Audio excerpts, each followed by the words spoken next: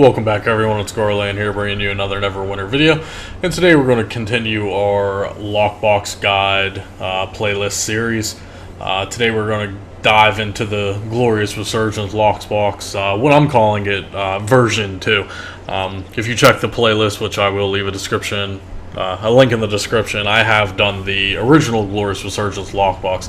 However, when mod 10.5 came out, they upgraded the Resurgence Lockbox to better quality loot. So today we're going to discuss the Resurgence Lockbox and its profit potential. Rumor around town is, you didn't hear it from me, or maybe you did, haha. But rumor around town is the Glorious Resurgence is going to be being updated every mod. So every mod that comes out from, forever how long, supposedly the Glorious Resurgence is actually going to be getting changed each time.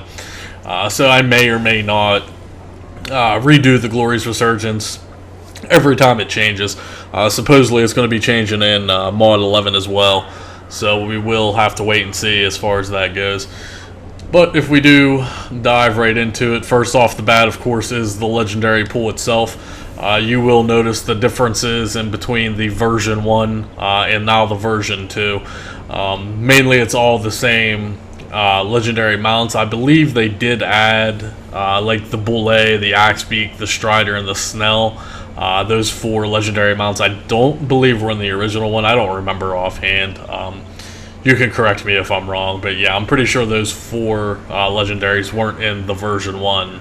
So I mean, you got more choices to choose from if you do pull the legendary pack. And included, which is new now in version 2, is going to be the 4 legendary companions, which of course is the bear cub, the polar bear cub, the owlbear cub, and the Boulet pup. And then of course the chromatic storm is still in there, and then also the dragonborn race, the metallic dragonborn race. So for the PlayStation 4 community, this was the first time that you guys were able to now actually get the owlbear, just because of the version 2 updates to the Glorious Resurgence box, because unfortunately you guys have never received the New Life lockbox where those previously came from. So right off the bat, the legendary pack is definitely, worth its weight in gold. It's one of the top selling items in the game currently. If you're lucky enough to pull one, then you're sitting pretty. Moving right along, we have the epic version of that, basically. Or no, okay, I lied. Never mind. The artifact pack, rather. It's just a plethora of artifacts, as you can see here. I mean, all of these are irrelevant for the most part. I mean, you do get to pick one if you do, pull one of these. But with the key changes, I mean, no one should really be having problems with artifacts as long as you're running dungeons, because artifacts have a chance to drop out of just about every dungeon now.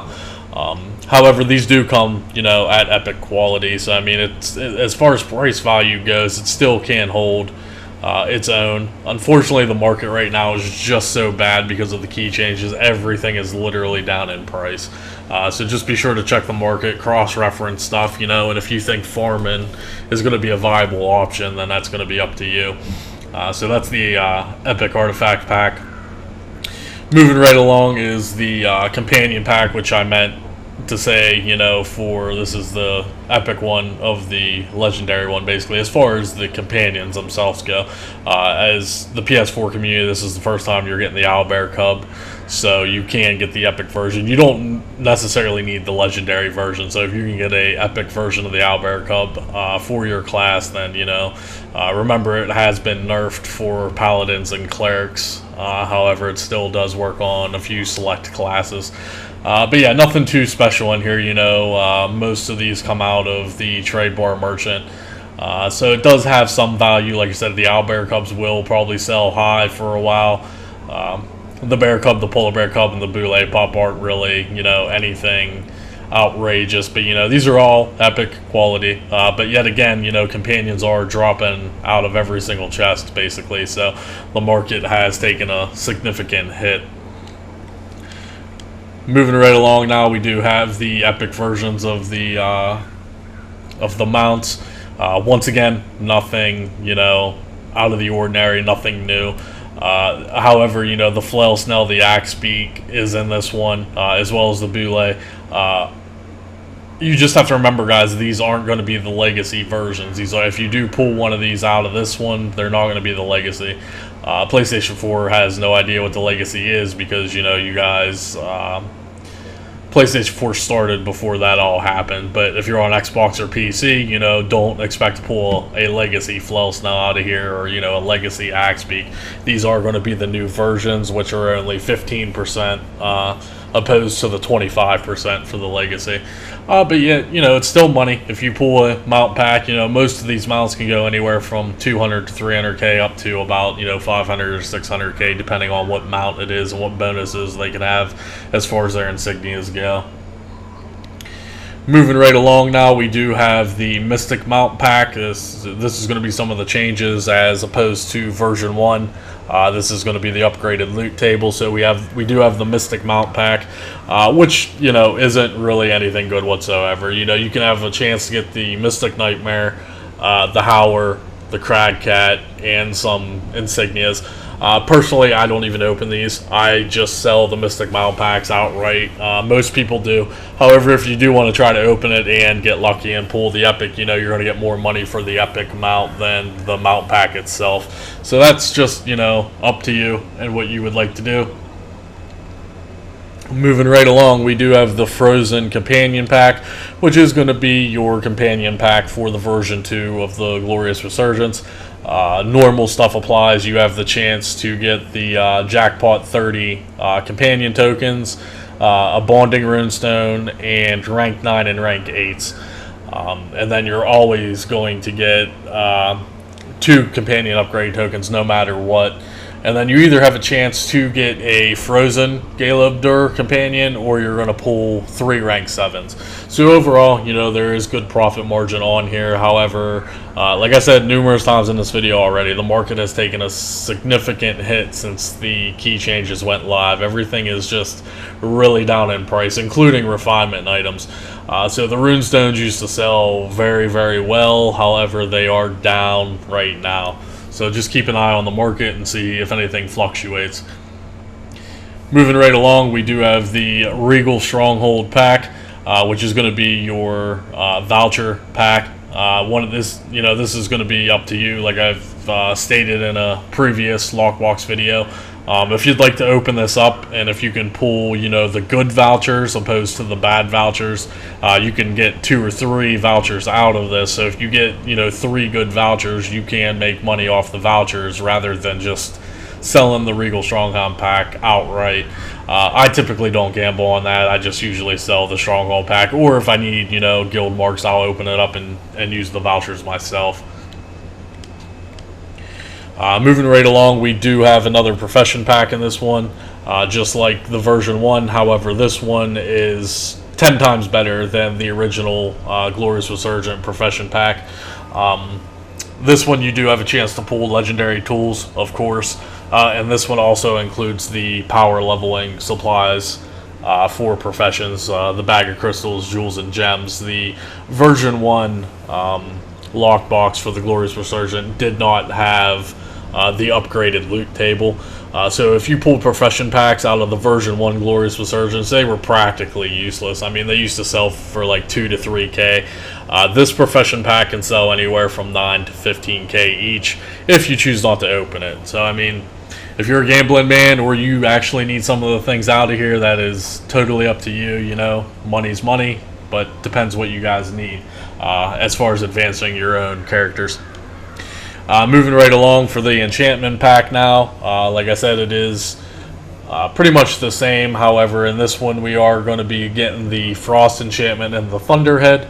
The Frost Enchantment does sell decently. It's not the best right now. However, in Mod 11, most of the enchantments are getting changed and reworked, and the Frost might actually become decent.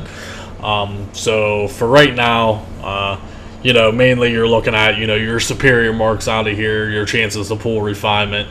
Even the Brilliant Diamond, however, has taken a significant hit since 10.5. So I mean, you're only looking at like 250k for a Brilliant Diamond. We'll see what happens during a double refinement if those prices do actually go up for refinement, but I don't I don't know. I don't know what the market's going to do as far as that go. Overall, right now, current state of the game, lockboxes are just not very profitable right now unless you pull top tier items, unfortunately. Usually when I would roll boxes, I would be able to turn a profit eventually. However, it's more of a gamble right now than anything, ever since the key changes were implemented. And then moving right along, we do have the artifact pack, which is just more artifacts and refinement. Nothing really in here to concern yourself with. Like I said, all of this stuff is now dropping out of any chest, so as long as you guys are farming dungeons, you always have a chance to pull stuff. However, when you are farming dungeons, most of that stuff is bound to account, so you can sell some of these, but I mean, like I said, the market, once again, is so down right now. So like even the Shard of Valinda's Crown, which used to sell for, you know, million plus, I don't know what the current price is right now, but I guarantee it's not that high anymore. The Lost Mouthhorn is like, you know, about 100k, if that. So prices are down on everything, guys. It's just how the game works, you know. They might go back up eventually, but we'll see.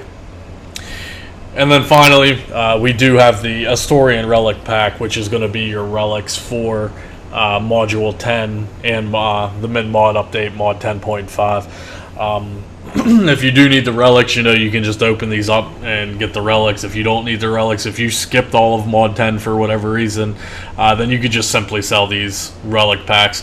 The relic packs themselves actually have gone up in price a lot. They used to be about 4k each on Xbox, and now, you know, they go anywhere from about 9k all the way to about 17k, because most people are running the new relic armor and it does degrade. So I mean, they need the relics, you know, they got to replenish their stock, so these have gone up in price. And then last but not least, of course, you always have the chance to get the Tarmaloon trade bar jackpot, which is, you know, either 90 to 100 bonus trade bars. So overall, the lockbox did get an upgrade, like I said, and it's not horribly bad. It's still my favorite personal one. However, you can still proffer more, like for instance from like the fire main or something, because you know the dreads from the fire main. So it will be totally up to you guys at this point what you want to do. If you do roll boxes, I'd still, like I said, do like the Glorious Resurgence version 2. I liked version 1, but I mean version 2 is actually 10 times better now. So we will see if there is a version 3 when Mod 11 comes out, and I will do a updated video. But that's going to wrap it up for the Glorious Resurgent Lockbox Guide version 2. If you guys have any questions, be sure to leave me a comment below, and we will see you guys in the